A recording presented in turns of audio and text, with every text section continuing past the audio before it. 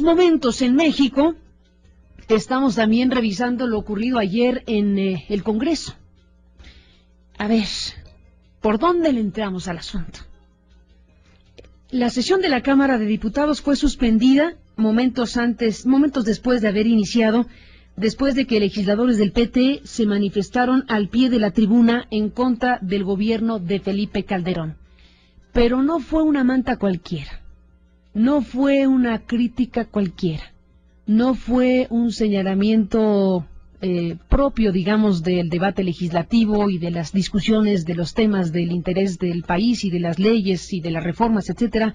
Fue un señalamiento específico, duro, sobre algo que, de ser cierto, tendría que ser analizado de otra manera. Nos habla del asunto Omar Aguilar. Buenos días.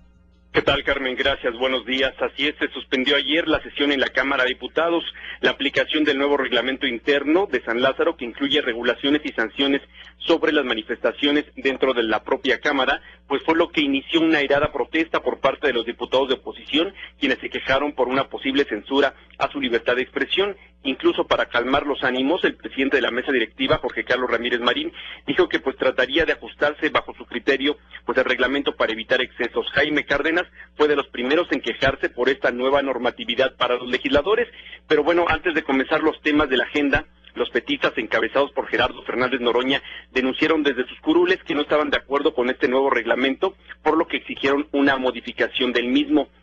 Ante esto, pues Noroña y petistas subieron a la tribuna, como señalas, Carmen, una manta roja muy grande, aproximadamente de 2x4, con la imagen del presidente Felipe Calderón con los ojos rojos y bueno, en la propia imagen unas copas y con la leyenda: ¿tú dejarías a un borracho que maneje tu coche? No, ¿verdad? Entonces, ¿por qué dejas que maneje tu país? Vamos a escuchar parte de lo que ocurrió ayer. El debido respeto a las instancias institucionales diputado, presidente, conforman los poderes de este país. A ver. Si alguien se robó la presidencia, yo le digo que lo usurpa, no le estoy faltando al respeto. Si alguien es corrupto y están las evidencias de su corrupción, no le estoy faltando al respeto. Y bueno, esto enfureció a los panistas, quienes exigieron el retiro de la manta, y al no lograrlo, incluso entre gritos y algunos empujones, en voz de su vicecoordinador Jorge Alberto Pérez Cuevas, decidieron retirarse del salón de sesiones en protesta por esta acción. Vamos a escuchar. ¿Por qué no quieren cumplir un reglamento que los obliga a ser legisladores civilizados, ordenados, que discutan y debatan en la tribuna con argumentos, con aspectos que puedan llevar trascendencia a esta Cámara de Diputados y a este país, y no con circos mediáticos de los cuales los ciudadanos ya están cansados, verdaderamente cansados? Y bueno, más adelante, Carmen, el presidente de la Cámara de Diputados declaró terminada la sesión por considerar que no existían las condiciones necesarias para desarrollar los trabajos legislativos.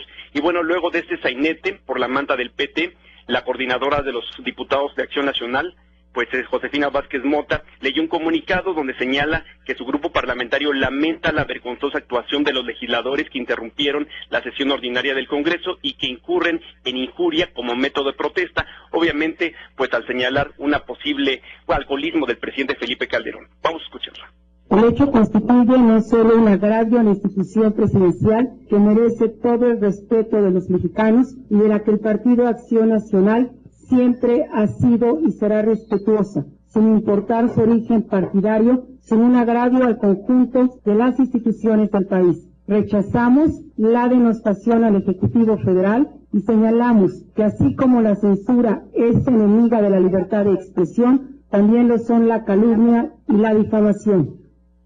Y bueno, finalmente, Carmen, entre todo este alboroto en la sesión, pues se registró un hecho que llamó la atención, y es que el diputado panista Manuel Cloutier empujó a su correligionario Julio Castellanos, quien cayó entre las curules. Sin embargo, el propio pues agredido explicó que eso se debió a que en una reunión plenaria no le concedió el uso de la palabra al sinaloense, aunque dice que también fue porque el hijo del Maquillo quería bajar a los petistas de la tribuna y no lo dejaron. El reporte que tengo, Carmen.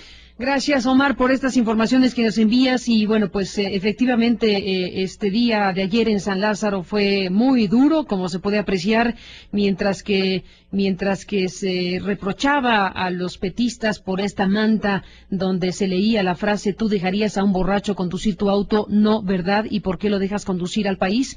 Mientras que se reprochaba a los petistas por una manta con esta estas características. Pues por otro lado también, en otro lugar de San Lázaro, pues los panistas Manuel Cloutier y Julio Castellanos estaban en este jaloneo y en este intercambio de empujones. Parece que fue Cloutier quien empujó a Castellanos.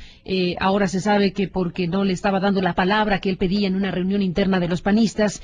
Y bueno, pues sucedió una situación de esta naturaleza que después, por cierto, mereció que el propio Castellanos escribió una carta a Cloutier, pues para zanjar el asunto y para decir que esa agresión física la había dejado ya fuera de su memoria y que no era la escena ni la conducta que la ciudadanía merecía de los legisladores. Así que lo que ocurrió con Maquillo, el hijo de Maquillo, con Manuel Cloutier y Julio Castellanos, pues entró en ese terreno de cosas. No sabemos si ya le contestó Cloutier, si acepta la condición de zanjar el asunto o qué pasó, pero llegaron pues a una situación incluso física con este intercambio o este empujón que le habría dado Cloutier a Castellanos.